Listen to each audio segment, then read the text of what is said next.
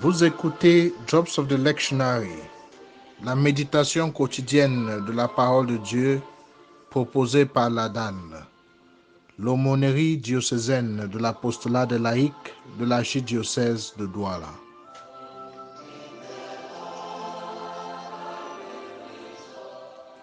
Envoie, Seigneur, ton Esprit Saint, qu'il renouvelle la face de la terre, pour ta plus grande gloire. Amen.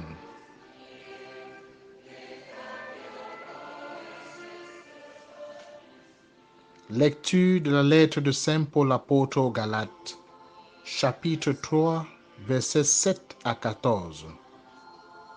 Frères, Abraham eut foi en Dieu, et il lui fut accordé d'être juste. Comprenez donc, ceux qui se réclament de la foi, ce sont eux les fils d'Abraham. D'ailleurs, l'Écriture avait prévu au sujet des nations que Dieu les rendrait justes par la foi, et elle avait annoncé d'avance à Abraham cette bonne nouvelle. En toi seront bénies toutes les nations. Ainsi, ceux qui se réclament de la foi sont bénis avec Abraham le croyant. Quant à ceux qui se réclament de la pratique de la loi, ils sont tous sous la menace d'une malédiction.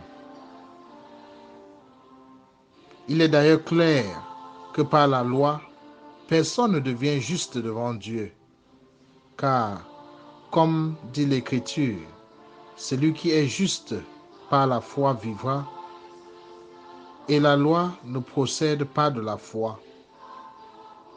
Mais elle dit, celui qui met en pratique ces commandements vivra à cause d'eux. Parole du Seigneur.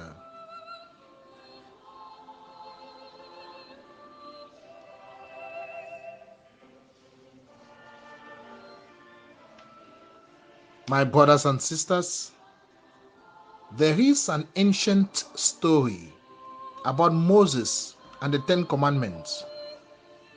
The story is not in the Bible, but it is related to the passage of the Ten Commandments found in Exodus chapter 32.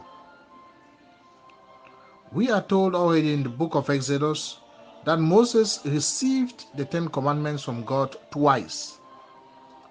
The first time, when he reached the foot of Mount Sinai with the tablets of the Ten Commandments, he saw the idolatry that his assistant Aaron had organized.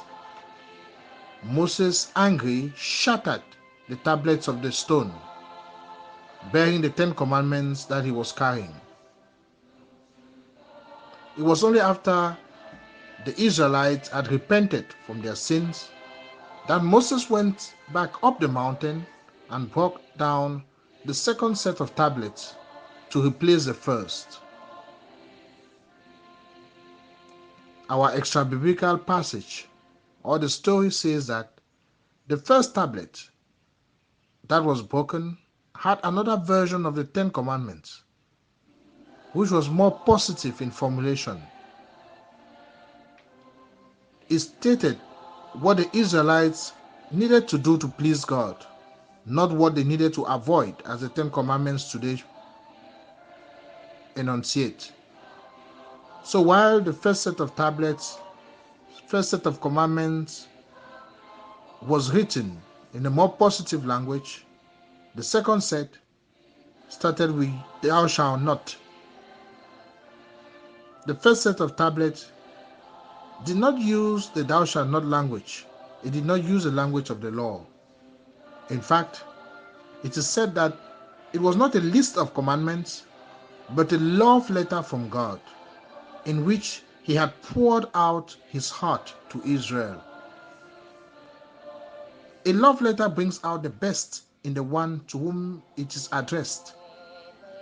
It does not set conditions, it does not give rules, but in loving and expressing love, the love letter expands the heart and brightens the one to whom it is sent. God, however, sent us Jesus Christ. He is God's love letter to us. Beyond all commandments, Jesus expands our heart and brightens our lives with the love of God. It is another way of paraphrasing today's piece of St. Paul's letter to the Galatians. Christian life is not about a list of do's and don'ts. It is about a relationship with someone, God, who loves us first and gave us his all in his Son Jesus Christ. So no matter the sacrifice, no matter the good works, no matter the list of sins that we think that we have avoided,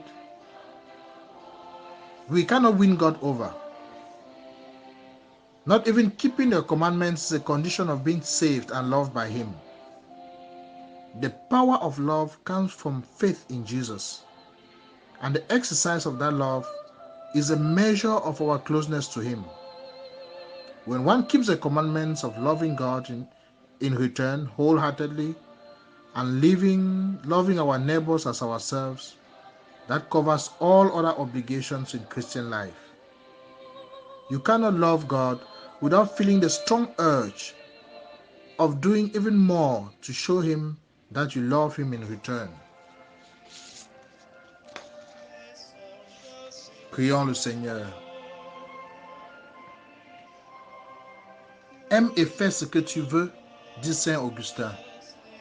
Se laisser aimer de Dieu déclenche en chacun de nous un désir profond de lui plaire. Merci Seigneur pour ce que je ressens en moi lorsque je me mets en ta présence. Ton amour est toujours fidèle. Détourne-moi de toute perversion dans cet amour. Je veux t'aimer aussi avec beaucoup plus d'engagement et avec tout ce que je suis.